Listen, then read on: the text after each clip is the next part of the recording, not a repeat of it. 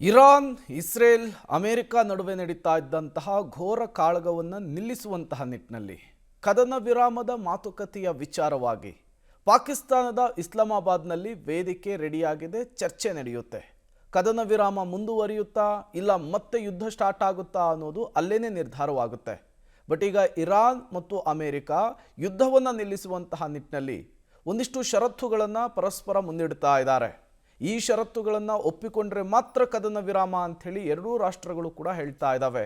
ಹಾಗಾದರೆ ಕದನ ವಿರಾಮದ ವಿಚಾರದಲ್ಲಿ ಎರಡು ರಾಷ್ಟ್ರಗಳ ನಿಲುವೇನು, ಯಾವ ರೀತಿಯ ಕಂಡೀಷನ್ಸ್ಗಳನ್ನು ಹಾಕ್ತಾ ಇದ್ದಾರೆ, ಬನ್ನಿ ಈ ಕುರಿತಂತೆ ಒಂದು ವರದಿ ಇದೆ, ನೋಡ್ಕೊಂಡು ಬರೋಣ. ಪಾಕ್ನಲ್ಲಿ ಅಮೆರಿಕ ಇರಾನ್ ನಡುವೆ ಮಾತುಕತೆ. ಅಮೆರಿಕ ಇರಾನ್ ನಡುವಿನ ಸಂಧಾನ ಸೂತ್ರಗಳೇನು? ಸಂಧಾನಕ್ಕೆ ಹಲವು ಸೂತ್ರ, ಕೆಲವು ಷರತ್ತುಗಳಿಗೆ ಆಕ್ಷೇಪ. ಮಧ್ಯಪ್ರಾಚ್ಯ ಸಂಘರ್ಷ ತಾರ್ಕಿಕ ಅಂತ್ಯಕ್ಕೆ ಬರುವ ಲಕ್ಷಣಗಳು ಕಂಡುಬರ್ತಿದೆ. ಮೊದಲ ಬಾರಿಗೆ ಇಸ್ಲಾಮಾಬಾದ್ನಲ್ಲಿ ಮುಖಾಮುಖಿಯಾಗುತ್ತಿರುವ ನಾಯಕರು ಹಲವು ಪ್ರಸ್ತಾಪಗಳನ್ನ ಪರಸ್ಪರ ಮುಂದಿಟ್ಟಿವೆ. ಈ ಷರತ್ತುಗಳ ನಡುವೆ ಕೆಲವು ಭಿನ್ನಾಭಿಪ್ರಾಯಗಳು ಎದ್ದಿವೆ. ಹಾಗಿದ್ರೆ ಆ ಷರತ್ತುಗಳೇನು ಅಂತ ನೋಡೋದಾದ್ರೆ, ಅಮೆರಿಕಾದ ಶಾಂತಿ ಸೂತ್ರ: ಪರಮಾಣು ಶಸ್ತ್ರಾಸ್ತ್ರದಿಂದ ಇರಾನ್ ಹಿಂದೆ ಸರಿಯಬೇಕು. ಯುರೇನಿಯಂ ಸಂಗ್ರಹ ಪುಷ್ಟೀಕರಣ ಸ್ಥಗಿತಗೊಳಿಸಬೇಕು. ಸಂಗ್ರಹಿತ ಯುರೇನಿಯಂ ದಾಸ್ತಾನನ್ನ ಅಂತಾರಾಷ್ಟ್ರೀಯ ಪರಮಾಣು ಸಂಸ್ಥೆಗೆ ನೀಡಬೇಕು. ಸ್ಥಳೀಯ ಪ್ರಾದೇಶಿಕ ಬಂಡುಕೋರ ಪಡೆಗಳಿಗೆ ಬೆಂಬಲ ನಿಲ್ಲಿಸಬೇಕು. ಭಯೋತ್ಪಾದಕ ಗುಂಪುಗಳಿಗೆ ಹಣಕಾಸು ಪೂರೈಕೆ ಸ್ಥಗಿತಗೊಳಿಸಬೇಕು. ಖಂಡಾಂತರ ಕ್ಷಿಪಣಿಗಳ ಉತ್ಪಾದನಾ ಸಂಖ್ಯೆ ಕಡಿಮೆ ಮಾಡಬೇಕು. ಕ್ಷಿಪಣಿಗಳನ್ನು ಸ್ವಯಂ ರಕ್ಷಣೆಗೆ ಮಾತ್ರ ಬಳಸಿಕೊಳ್ಬೇಕು. ಕೊಲ್ಲಿ ನಡುವಿನ ಹೋರ್ಮುಜ್ ಜಲಸಂಧಿ ಸಂಪೂರ್ಣ ಮುಕ್ತಗೊಳಿಸಬೇಕು ಎಂದು ಅಮೆರಿಕ ಶಾಂತಿ ಸೂತ್ರ ಮುಂದಿಟ್ಟಿದೆ. ಇನ್ನು ಈ ಯುದ್ಧವನ್ನ ನಿಲ್ಲಿಸಲು ಇರಾನ್ ಕೂಡ ಹಲವು ಕಂಡೀಷನ್ಸ್ ಹಾಕಿದೆ. ಅವು ಏನು ಅಂತ ನೋಡೋದಾದ್ರೆ, ಇರಾನ್ನ ಷರತ್ತುಗಳೇನು? ಅಮೆರಿಕ ಇಸ್ರೇಲ್ ಜಂಟಿ ಕಾರ್ಯಾಚರಣೆ ತಕ್ಷಣವೇ ನಿಲ್ಲಿಸಬೇಕು.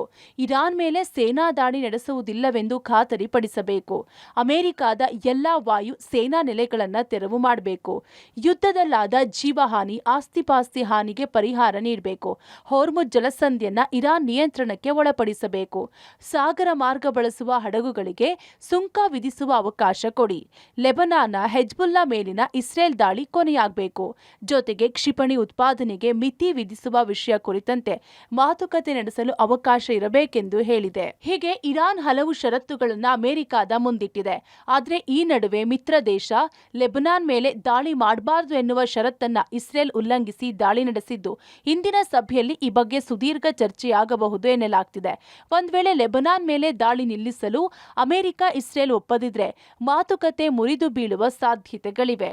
ಈ ನಡುವೆ ಗಲ್ಫ್ ದೇಶಗಳಲ್ಲಿ ತನ್ನ ನೆಲೆಗಳನ್ನ ತೆರವು ಮಾಡಲು ಅಮೆರಿಕ ವಿರೋಧ ವ್ಯಕ್ತಪಡಿಸಬಹುದು. ಹಾರ್ಮುಜ್ ಜಲಸಂಧಿ ಮೇಲೆ ಜಂಟಿ ನಿಯಂತ್ರಣ ಹೊಂದಲು ಅಮೆರಿಕ ಪ್ರಸ್ತಾಪಿಸಬಹುದು. ಒಂದ್ ವೇಳೆ ಇದಕ್ಕೆ ಪರಸ್ಪರ ಒಮ್ಮತ ಮೂಡಿದ್ರೆ ಕದನ ವಿರಾಮ ಮುಂದುವರಿಯಲಿದ್ದು ಶಾಶ್ವತ ಶಾಂತಿಯತ್ತ ಮತ್ತಷ್ಟು ಮಾತುಕತೆಗಳು ನಡೆಯಬಹುದು. ಒಂದ್ ವೇಳೆ ಈ ಹಂತದಲ್ಲಿ ಮಾತುಕತೆ ಮುರಿದು ಬಿದ್ರೆ ಮಧ್ಯಪ್ರಾಚ್ಯದಲ್ಲಿ ಮತ್ತೊಂದು ಸುತ್ತಿನ ಭೀಕರ ದಾಳಿಗಳು ಆರಂಭವಾಗಬಹುದು. ಶಬ್ಬೀರ್ ನಿಡಗುಂದಿ, ಪಬ್ಲಿಕ್ ಟಿವಿ, ನವದೆಹಲಿ.